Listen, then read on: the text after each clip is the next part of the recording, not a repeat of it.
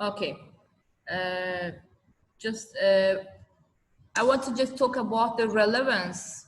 Just I said you that in the relevance, after all, we will have topic sentences, transitions, supporting details. All of this, they all have to be have to be relevant to the passage in the context.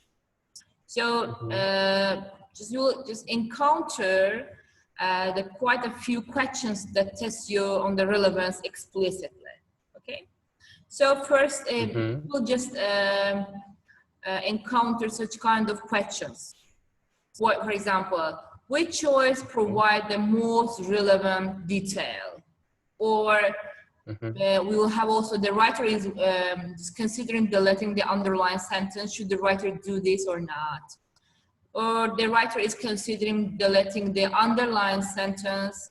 Should the writer be kept or deleted? Also, at this point, or also the writer is considering adding the following, to add following sentence to this paragraph. Should the writer make this addition here or not? Or the writer is considering the revising the underlined portion of the sentence to read. Should the writer add this information here or not? So you will just encounter such kind of questions that about relevance. So, for example, I can give example about this relevance too. We have example about it. At this point, the writer is considering adding the following sentence. Look, Joe then confronted Jane about the money she owed him.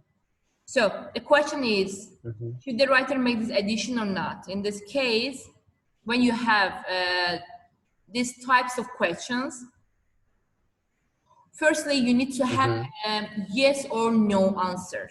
It's the first step. Is it relevant or not? Okay. Should it be added or deleted? Yes or no? Okay. So don't even read the rest of the words in the answer choices. Yeah. Do you remember I always said to you? So in your mind, just you will have answer yes or no. So then with that way, you have just half the number of choices under consideration. So usually it's pretty obvious whether the sentence is relevant. Okay.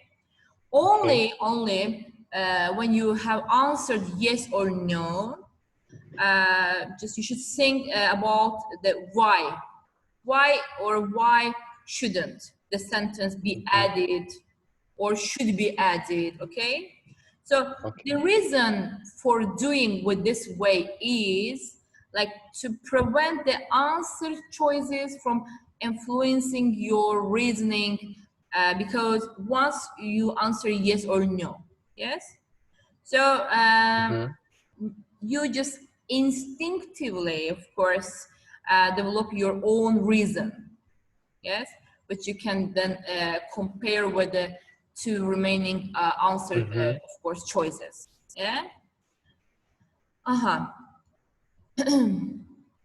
And then reading the full answer choices before you have had time to think for yourself has a way, like of playing with your mind. Yes. So then, if your reason, of course, doesn't line up with the reasons that in the two remaining answer choices, of course, it's a sign that you need to reconsider yes or no part again. Okay. So most irrelevant sentences come in the form of random facts that come out of nowhere. So here are we have some examples about. Look, last Monday I went to my high school reunion. I was excited about meeting all acquaintances and friends. So afterwards, I went back home with my wife.